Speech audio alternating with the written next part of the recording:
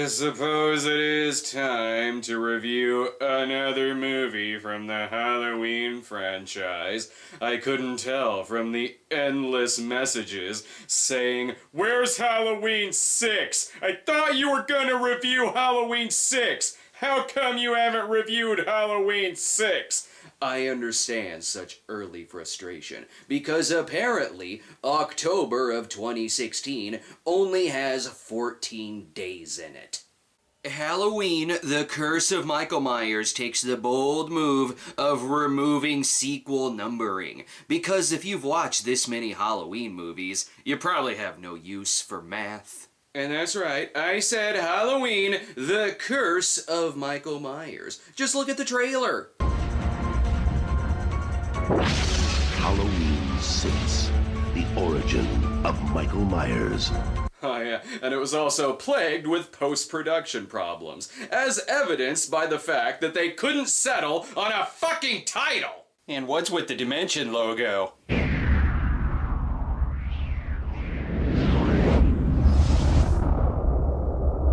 It feels like the movie is gonna open in outer space. I'm just kidding. I'm sure it flows nicely.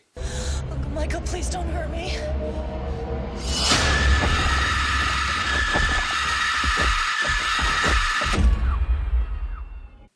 Nope, can't tell this was a movie that was botched in the editing room. As you may remember from last time, Michael was arrested, only to be freed by the Hitcher, who also abducted Michael's niece, Jamie Lloyd. It took 6 years to bring this resolution to theaters. I'm sure that means the movie is very smart. Jamie is now older, pregnant, played by another actress, and really stressed, as you can tell by the skewed ratio vision. Who impregnated her, you ask? Why, it was the fucking Pope! They're wearing scrubs and masks to protect the baby and the mother from germs. Everything else here looks completely clean. The baby is clearly Michael's, which is why this cut indicates that she gives birth to fire. Who knows what to do with Jamie Lloyd's baby? The Shadow knows. So for 6 years, Jamie has been held hostage by the Thorn cult, who wanted to impregnate her with Michael's seed. Yeah. And Rob Zombie ruined the franchise. And in case you've forgotten the backstory... When Michael Myers was 6 years old, he stabbed his sister to death. Stop mentioning a better movie! He killed his entire family until his 9-year-old niece, Jamie Lloyd, was the only one left alive. There, mention one of the shittier Halloween sequels. That makes more sense. One of the nurses, I guess just now figuring out the demon seed cult is bad, helps Jamie escape. Only one person can protect her baby, Willow Offgood. Certainly not the nurse, who is trying not to laugh. That way. No. Save your baby.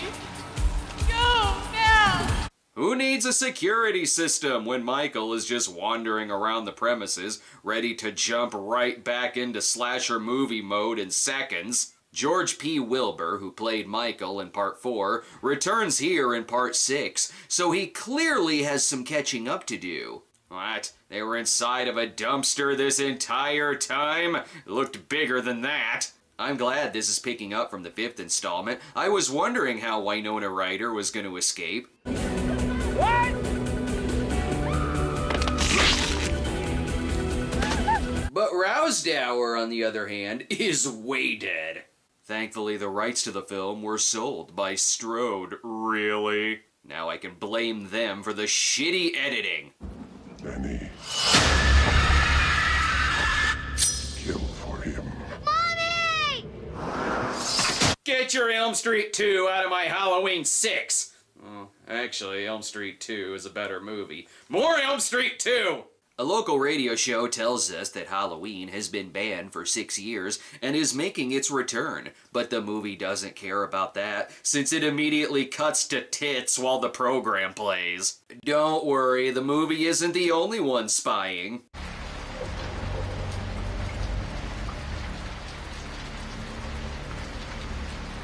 Michael Myers is now the second creepiest person in Haddonfield. And who the hell is that? That person looks really familiar. I was only 8 years old when I saw him, but I was one of the lucky ones. I survived. Holy shit, it's Jason Segel. So Paul Rudd plays Tommy Jarvis, or Tommy Doyle, I mean. He was the kid Laurie was babysitting in the original. And don't worry, Loomis is back too. I heard the old quack was dead. Not dead. Just very much retired. Weird first line, considering this movie was released after Donald Pleasance died. This talk show is so popular that even people who have been held captive for 6 years are tuning in. Haddonfield may have banned Halloween, but they haven't banned local businesses from looking like a shitty 90s horror film. She's now calling her agent to see if she can replace Danielle Harris in Rob Zombie's Halloween 2. Meanwhile, Loomis gets a visit from Dr. Wynn, played by Mitch Ryan. To old friends, to retirement, to new beginnings. He's the villain.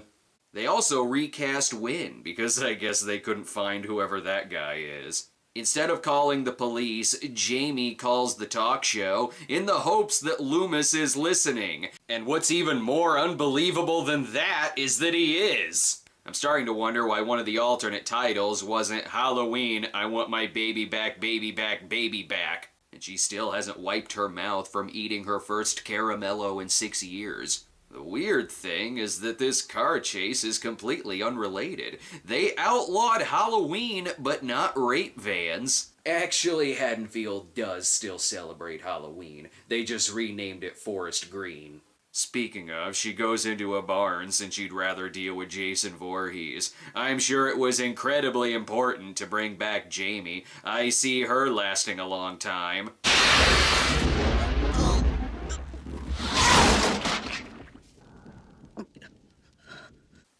Michael Myers is a really shitty uncle.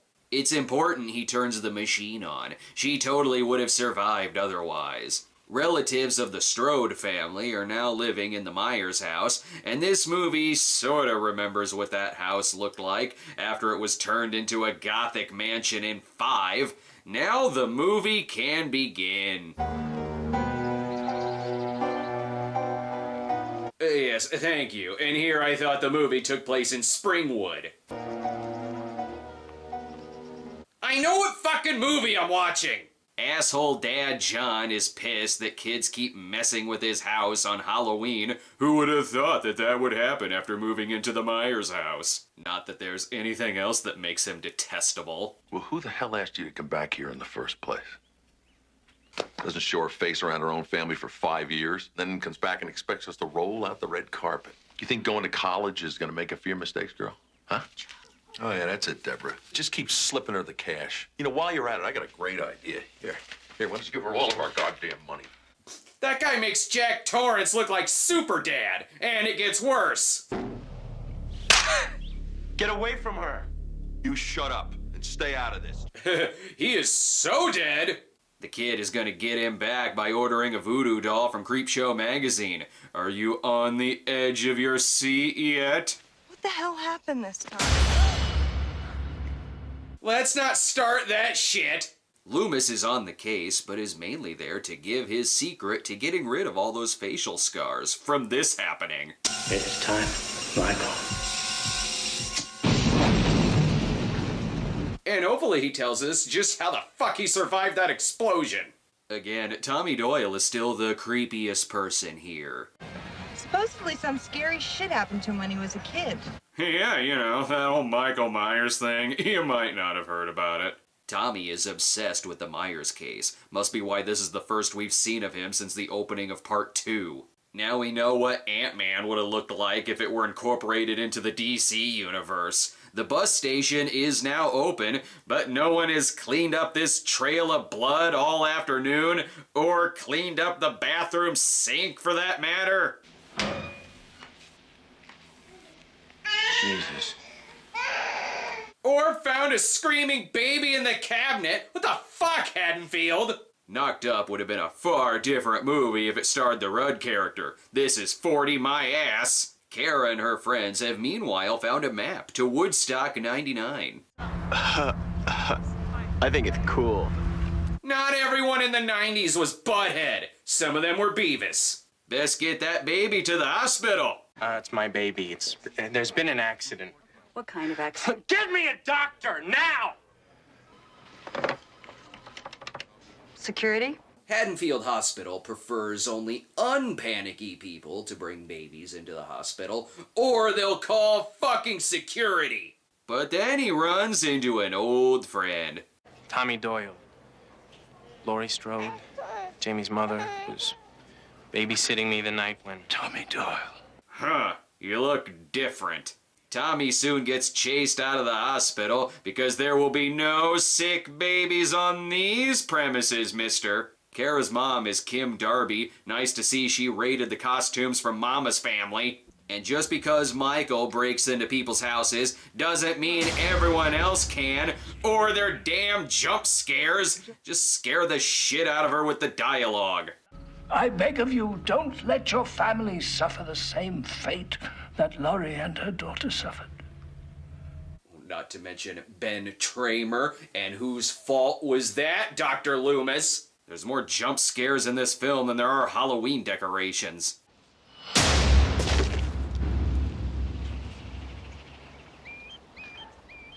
Hey, remember when Tommy was a kid and dropped a pumpkin and then Michael started following him? Yeah, I should be watching the first one right now.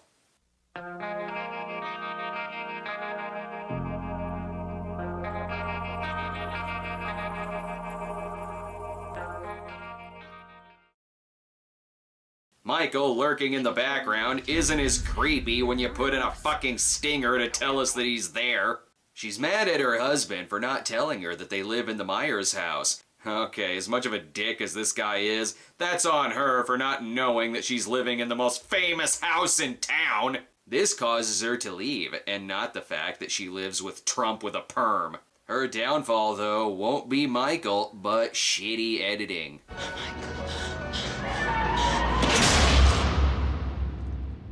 And then John Wayne saves her, but kills her horse in the process. Nice of Michael to clean the sheets after he dirtied them. No one wants to be the only bloody Klansman at the rally. Again, people just walk right into this house. What are you doing here?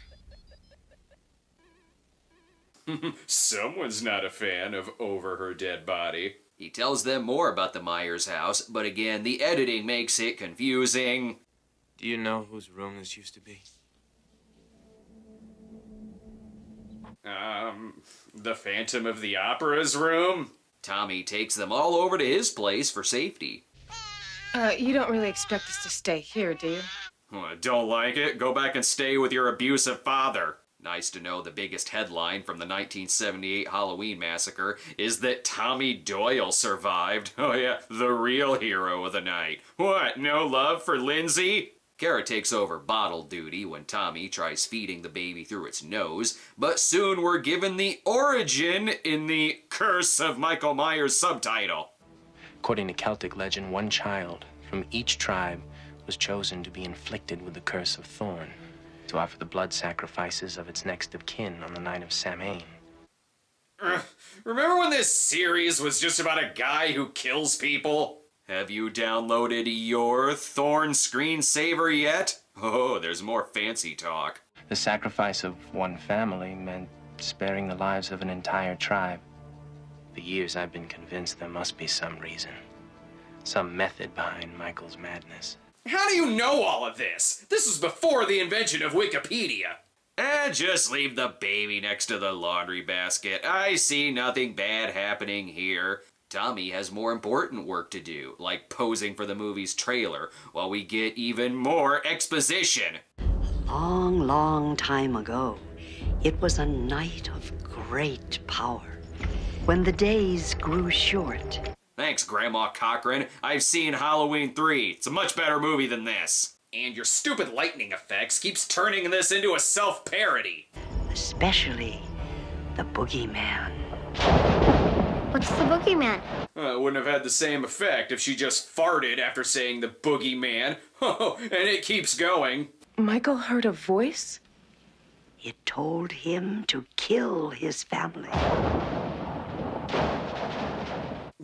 So is Michael now Frau Blucher? How does no one see him standing there? And if the lightning hadn't struck, his lurking would be completely pointless. Meanwhile, at the Halloween party, Hot Topic Bride of Frankenstein was the most popular costume in '95. And who knew the mysterious man in black was the radio DJ this entire time?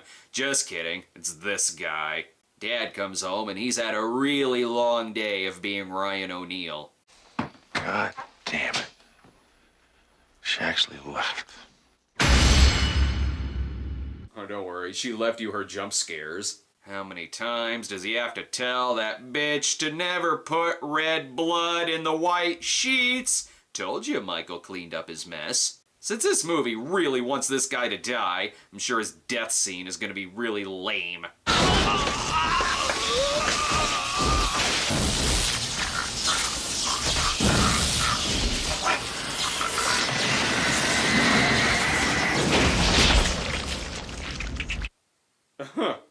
That is the only satisfying thing in this movie. Sure is more satisfying than this ridiculous in-movie Halloween debate. Whoa! Does she get this riled up in the sack, Tim? I bet she wears crotchless panties and barks like a dog. Can we not let Billy Bush moderate this? When the DJ finds out Kara's brother lives in the Myers house, he instantly wants his show to be recorded there. You'd think he'd need permission, but people just walk into that house anyways. I'm sure it'll be a ratings hit.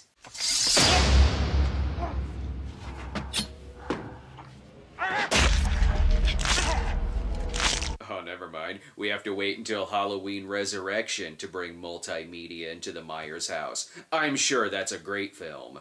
Now that there's no radio show, that frees them up for a sex scene. Not sure why he's being filmed in rapist vision, though. But first, the foreplay.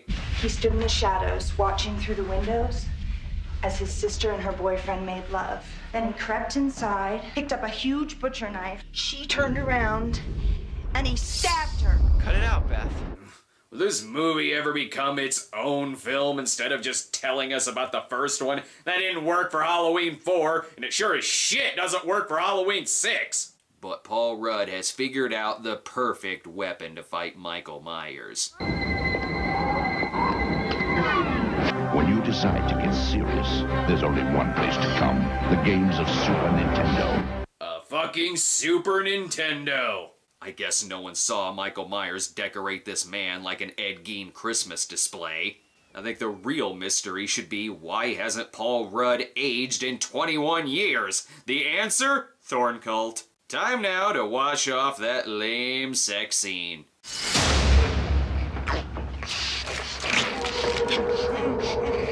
Well, that's weird. People don't usually die after they fuck in these movies. Danny is getting more visions of shitty editing. Weird how the biggest hack job isn't being done by the guy who's hacking people.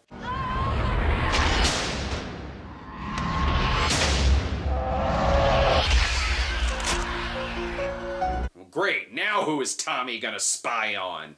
Danny is now missing, so Kara goes to the Myers house to find her son. Don't know who Michael is trying to fool here, considering she saw him murder her. She finds Danny, so I assume Michael was off taking a shit, but he's back now. Where the hell did he go? But now Loomis is here to protect them, and his friend too, who I'm sure isn't evil. Careful with the girl. Kara! Win. Well, if you can't trust Greg's dad from Dharma and Greg to lead the cast of The Devil's Reign, who can you trust? Certainly not Tommy's guardian.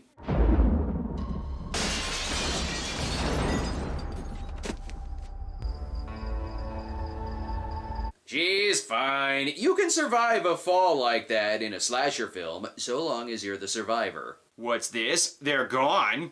Why are they doing this? Why didn't they just kill us? It's his game. Well, that's a really stupid game. Kara has been kidnapped by Thorne, and once again, she could complain about her living conditions, but it's still better than Slapdad. Loomis and Tommy must stop the baby from being Michael's final sacrifice to Sam Hain, or to, stabilize the druid curse, or whatever. It's all stupid. And to do so, they have to navigate those long halls that are behind all the stores in a shopping mall. Loomis rather quickly finds Wynn, who wants Loomis to join him and his cult. And I'm asking you to join me. I thought Michael was a monster. But you... Dude, what are you doing? He was totally about to say yes. Uh-oh, maximum security ward. That's for people who have been kidnapped and really, really, really don't like it. He walks amongst us, brother. He's come back. Maximum security, my ass? Who the hell is that? How does it feel to be damned? Oh, shit. Okay, two satisfying things in the movie. The dad's death, and that very Paul Rudd reaction. Just the simplest change of letting Paul Rudd be Paul Rudd and hilariously reacting to horrifying things would make all the difference in the world in this film. I'm really not sure how Wynn's involvement was such a secret. They all seem pretty out in the open about this cult. And no one asked for Michael to have a motivation similar to Vigo and Ghostbusters 2. Whoa, whoa, whoa, Michael. Dads are gonna have to wait in the waiting room. You can murder people, but no lighting cigars, please.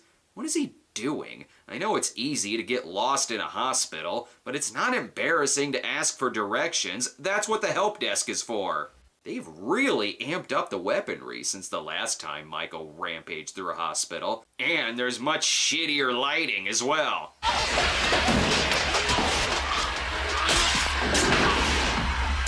In Michael's defense, he was stopping them from giving birth to the fly. And if you didn't want a massacre to break out, you shouldn't have turned on the strobe lighting, or made your hallway look like Death's prostate.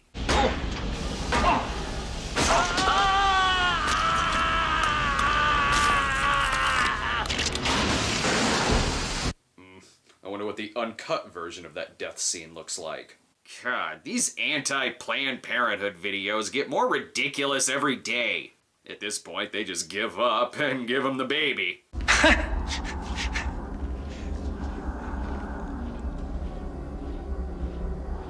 He's yours. Is anyone taking this movie seriously anymore?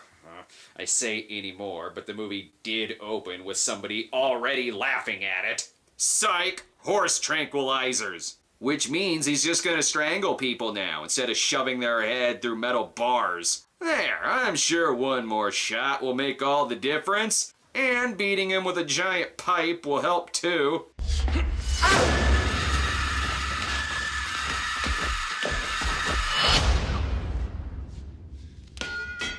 You just made being hit in the head look confusing. Fuck this editing! Oh, and Loomis is back. Not sure how he escaped, but whatever. I'm sure all of this will lead to a totally non-confusing and satisfying conclusion.